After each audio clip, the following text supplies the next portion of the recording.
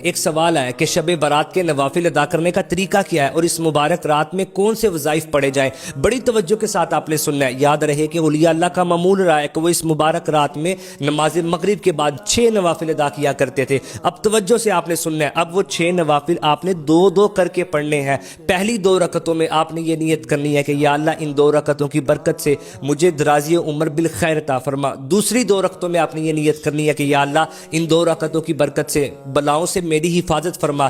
تیسری 2 رکعتوں میں آپ نے یہ نیت کرنی ہے کہ یا اللہ ان 2 رکعتوں کی برکت سے مجھے اپنے سوا کسی کا محتاج نہ کر۔ اب ان 2 رکعتوں کو ادا کس طرح کرنا ہے؟ سورہ فاتحہ پڑھنے کے بعد آپ چاہے کوئی بھی سورت پڑھیں یا 3 مرتبہ سورہ اخلاص پڑھ لیں اور ان نوافل کو ادا کریں۔ یاد رہے کہ ہر 2 رکعت ادا کرنے کے بعد آپ نے 21 مرتبہ سورہ اخلاص پڑھنی ہے یا 1 مرتبہ سورہ یاسین شریف پڑھنی ہے۔ اگر ممکن ہو تو دونوں کو ہی پڑھ لیا جائے، اور ہر مرتبہ سورہ یاسین شریف پڑھنے کے بعد 1 مرتبہ دعائے نصف شعبان بھی پڑھنی ہے۔